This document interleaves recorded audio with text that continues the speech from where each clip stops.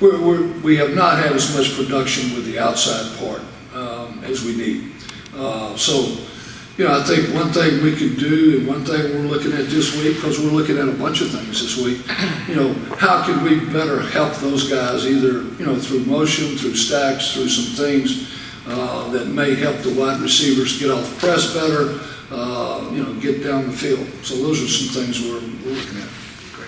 We're going to continue to look at the tempo because I think there has been some spark when we've gone tempo.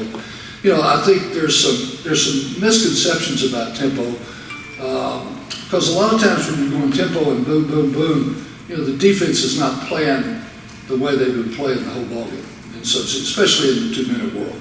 You know, now all of a sudden they're playing a little bit different. But tempo will continue to be a part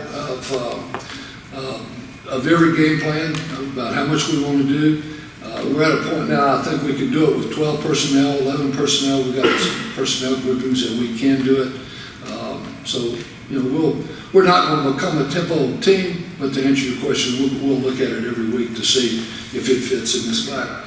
You know, he came in and grew up with Tavon and Henry and Jacob Hilliard. You know, those guys, I mean, how many balls did he throw on Henry's back shoulder that Henry turned around and made a great play? It's because they had done it, you know, 1,000 times. You know, the thing that CJ has done or continues to do that really doesn't get much credit is a lot of times when we have an explosive run, you know, he's changed the play and got us into, you know, a better situation.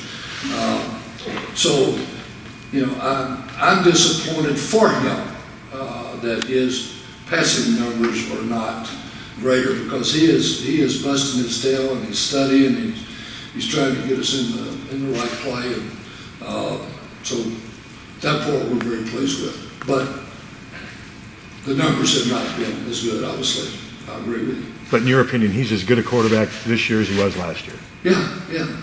He's you know, he's playing hard and playing well, and I mean we all miss some balls. I mean you see some balls that you wish, but he did the same thing last year. How much pressure do you feel personally to get this turned around?